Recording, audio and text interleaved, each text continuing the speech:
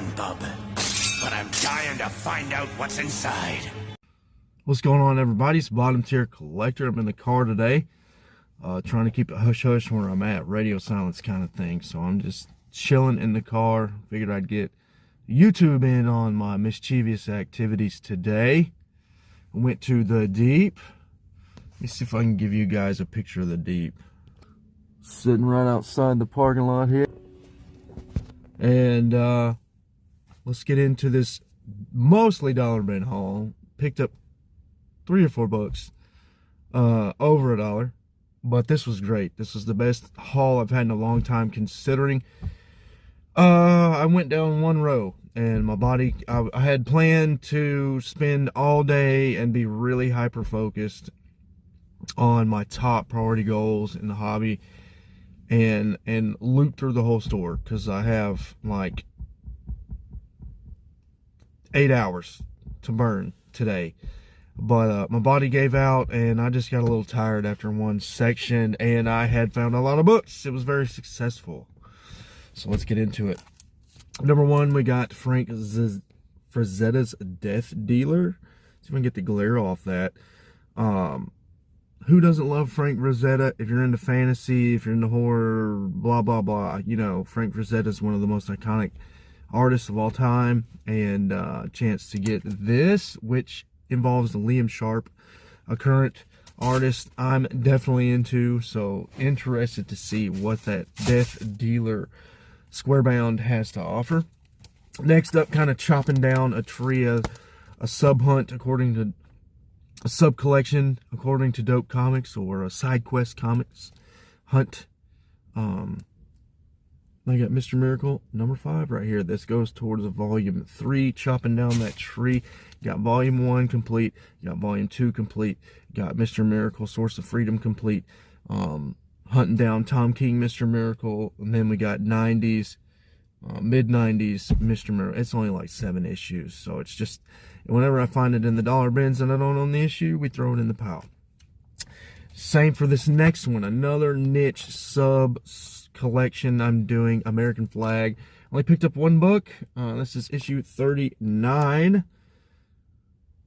Just chopping down that American Flag tree, I think, due to my awareness of the series and me being actively pursuing the series, I'm just naturally, organically seeing less and less of American Flag in dollar bins. But it's strange, it's odd, because American Flag used to be a dollar bin mainstay, and I just don't, nobody talks about American Flag but me, and I just really don't understand why I'm seeing less and less of American Flag. Next up, this is kind of a cover buy, but this is kind of a, you know, again, one of those side quests, sub quest things. I am slowly getting into Cerebus, just my introduction to Cerebus through Spawn, discovering he's in a featured issue in Teenage Mutant Ninja Turtles Volume 1. Then I did a little diving on Dave Sim. I learned about the impact of Cerebus on comics and pop culture. So I'm just mildly interested in Cerebus, but this was a cover buy. I mean, if you know me, if you've been following the channel, you know why I picked this one up for $1. Dollar bill, y'all. Next up, a niche book. This book will never be worth anything, but just because of its place in history, I've always wanted it, the cover A, and finally found it for $1. Young Blood number 0. This is the comic book that kicked off Image Comics. Right here. It's the first issue they ever released. Young Blood 0. I think it was the first appearance of Chapel as well, for those of you interested in key significance. And then this book right here blew my mind. Can't believe they were selling it for 50 cents. This is going to be a giveaway book for sure, because I already own it in much better condition. I may give it away to my buddy 22 Comics. I know he's hunting down this series. 22, you have first dibs at this book. You can just have it. I think you bought a Death High Cost of Living number 1 for me, so we can just swap those books and make the trade happen. But Mr. Miracle number 18, The Wedding Issue. If you're a Mr. Miracle fan, if you're a run collector of Mr. Miracle, you need this book, and I found it for 50 cents. So 22 Comics, if you want the book, holler holler. We'll trade addresses. I'll get that Death High Cost of Living number 1 you got for me, and you can have Mr. Miracle number 18, The Wedding Issue, key book for Mr. Miracle. Next up, a random book that just got me pumped. Books like this, finds like this, really pump me up and remind me of why I'm in the hobby. A random appearance of Hitman in Sovereign 7. Tommy Monaghan right there on the cover. Love the cover, love the art. Not sure who did the art. Chris Claremont did the story. I am gunning down Hitman's appearance history. Not something I'm just full-time pursuing. But as I find Hitman appearances, I own the complete run in floppy. I own the complete run in trade. And I'm going to triple down on the Hitman run and buy the omnibus. And then once I get the omnibus, I may sell off my trades or give them away to the community so I can spread Hitman around in the community. More people, that's the most underrated character, the most underrated run of all time, in my opinion, is Hitman. More people need to be talking about and loving on Hitman. Great stuff. And excited to have that random appearance of Hitman in Sovereign 7. Next up, I don't really consider myself like a chaser of writers and artists. The idea of specifically collecting for an artist, it just makes my OCD go nuts. Now, I'm a bit of a hypocrite in this sense because I'm an appearance collector, and appearance collecting involves random issues. However, just the thought of collecting for an artist, it just feels like too much chaos. Like, I don't know how I would organize that other than all these random books behind a tab with the artist's name on it, and I just can't handle it. But this is my favorite artist of all time's creator-owned work, Phil Jimenez. This is Otherworld number 5. Shout out to Cliff on Comics, my fellow Phil Jimenez super fan. He's met Phil Jimenez, so I'm kind of jealous. Hoping to one day meet Cliff on Comics, and maybe we can stand in line for some Phil Jimenez meet and greet. This is Otherworld number 4. I think it's a 6-issue miniseries, and he's talked about bringing Otherworld back. I've read issue 1, I have issue 3, and now 4 and 5. So I think I need 2 and 6 to complete Otherworld. That'll be nice, chopping that tree down. And then this major win right here. It's hard to find this series in dollar bins no matter the era of this run. But I got a lot of Sandman goodness. A lot of Sandman goodness today. It's a Sandman issue 37. Sandman issue 63. Sandman issue 64. Sandman 69. And then I don't know what this is, but it's something I'm definitely going to have in the collection in the future just because I'm nuts about Sandman. But this is some kind of issue 2. I don't know what run it is or what series it is. Sandman Presents Bast, number 2. I have no idea. No idea what this is, but it's something I will want in the collection for sure. Kind of a Sandman completionist. This, and they have so many like gallery books, and I'm not big on gallery books and art books and things. I want to read comics with words and stories. But I figured these were cool, like niche things to put in the Sandman collection. This is the Endless Gallery. You know, for $1, why not put these cool, like, gallery books in the collection? This is Sandman Gallery of Dreams. This is a Death Gallery.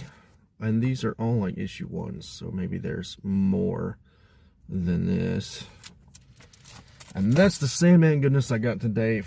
Getting close to the end. You know, Lobo's my all-time favorite character, but since I'm within 50 to 100 issues of having his complete appearance history, it's just hard for me to look for stuff for Lobo anymore. So I've really turned a lot of my attention to my, I don't want to say my second favorite character, but my favorite Marvel character by a long stretch is Wolverine. So found some Wolverine here. This is Marvel Comics Presents Wolverine issue 98. Another like slow side quest. If I find it, if I don't have the issue, and I don't have other books of higher priority to me in the stack, I'll throw in a Marvel Comics Presents Wolverine in there. Finally finished X Death of Wolverines, that arc right here. This is issue 5, so this completes that run for me, that little mini series. I need to finish the X Lives of Wolverine. I think I need issue 2 and issue 5 as well.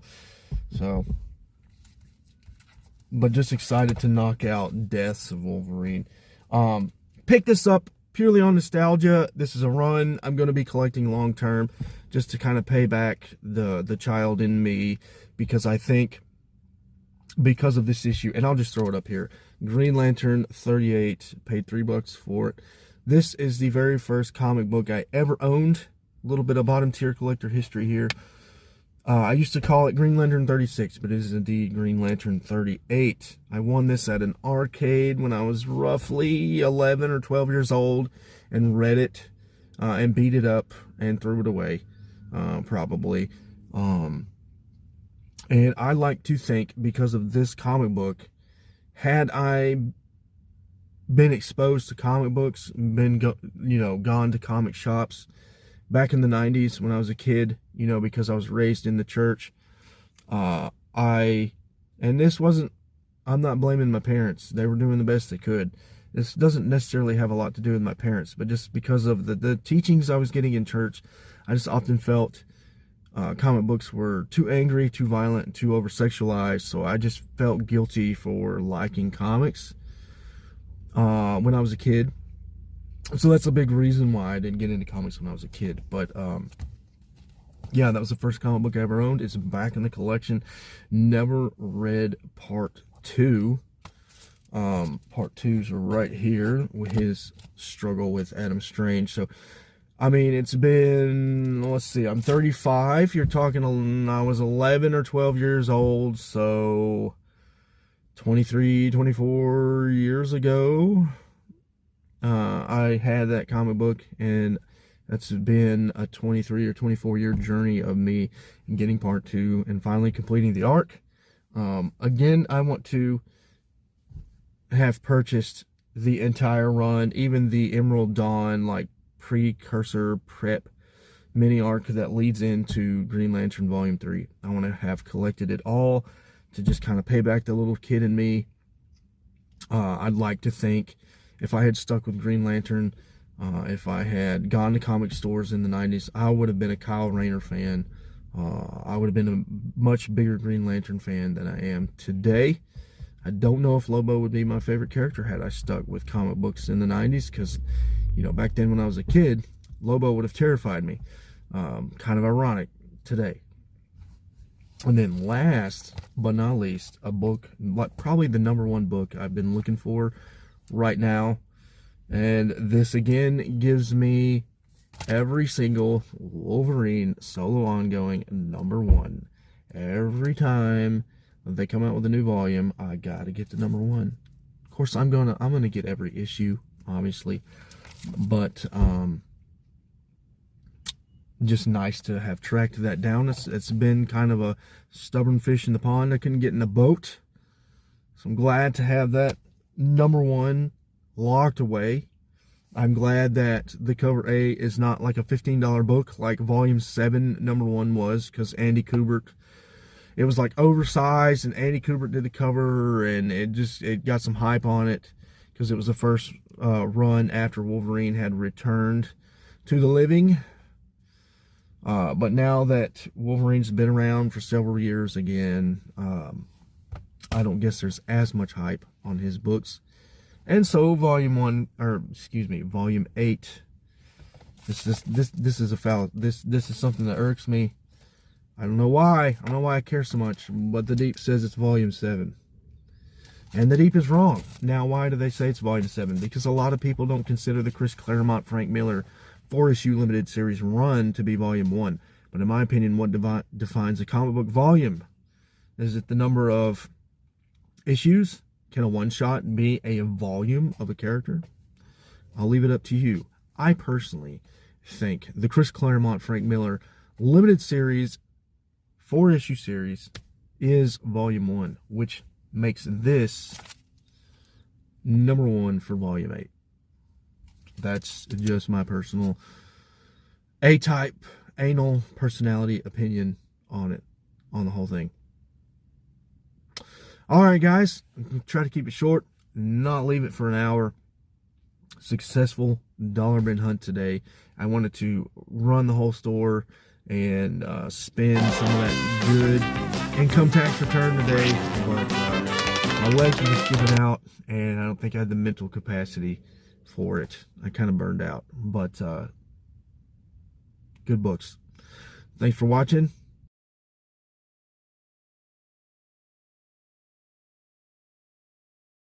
I want to make a correction on that Youngblood number 0. It is indeed Youngblood number 1. That is the first ever issue Image ever put out. 0 released in December of 1992. I thought it was December 1991. And issue number 1 released in April of 1992. So just want to, of course, correct that, so anybody who may be interested in Youngblood has that information. Thanks, guys.